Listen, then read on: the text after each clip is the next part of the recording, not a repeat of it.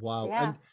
And when you're telling that story, Patricia, it hits me, and we'll get to this later in the conversation because you're a mental coach now, you're working on the performance side of the sport, and I know, but psychology is such a big part of life now, and I guess it's come to the forefront a little bit more. Mm. Whereas back in those days, it wasn't quite as out there. It was a little bit of kind of suck it up and deal with it Right. type of scenario. As you're telling that story, you're telling it in such a matter of fact way. At, at what point did you, or have you been able to almost compartmentalize, accept?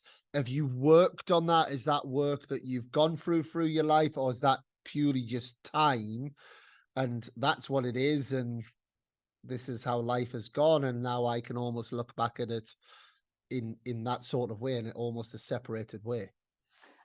It's really interesting with your question because when I was on tour, they did an article on me and they called me a survivor, right? And we know that situations shape us one way or another, Yep. right? And even at 6.5 years old, as I said before, you feel your parents' fear or whoever your caretaker is, right? And the fact that my mother was so brave, Yep. she had, oh, by the way, she had to leave my sister behind because she knew, she was anticipating the rough, I'm saying it matter of factly, like you said, we went on foot for miles and hours, and it was raining and we had to go in the bus, full of strangers and live in strangers' house. And she knew the road, the journey was going to be treacherous.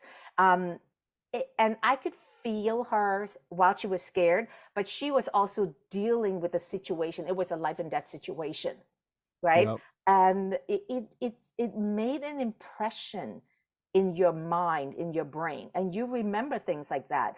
And with what I do now, and I mention to parents all the time, especially parents with young athletes, it's not what you say, it's what you do, Yep. because children can feel that vibration. And I believe in aura vibration of the self so much just because of my personal experience. So to a certain degree, when I was competing, I can always feel that part of me where I'm almost like feeling I'm in danger, I'm being threatened. Yep. And then that sturdiness, that resiliency, and it must have come from that time where I felt both the fear and the resiliency and desperation, how to survive.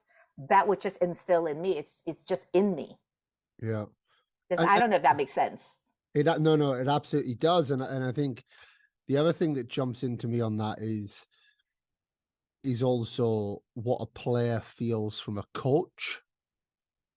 I Mm-hmm. think players obviously feel that from a parent even more so, but at the side of the court, or even a traveling coach, how they are in all aspects, the player is taking strength or not from the coach at all times as well, without words being said. And that would be something I'm a massive believer on, and it's sometimes hard to articulate that because it Yes. can sound a little bit fluffy, can't it? It can sound as if it's an intangible. It's not something you can touch. But I'm a massive believer in the impact a coach or people in coaches' boxes can have without it necessarily being the words that they say.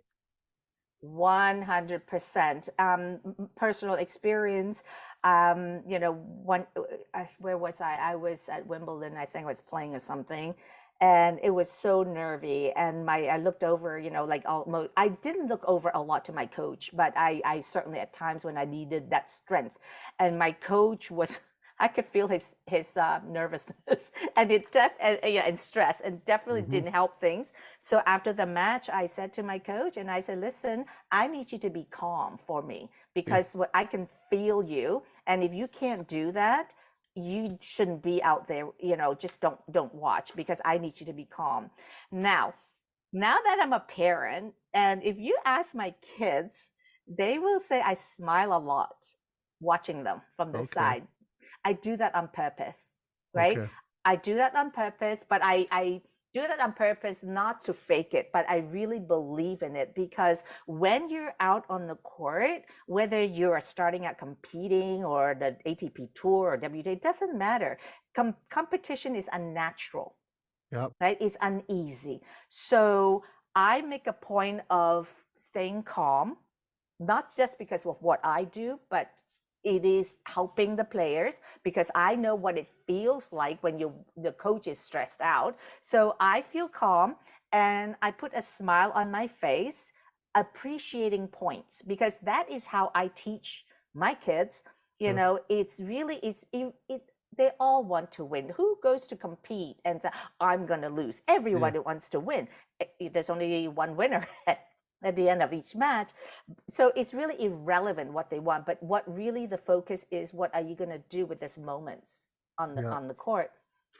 When I was playing, I played Monica Seles in Montreal, right?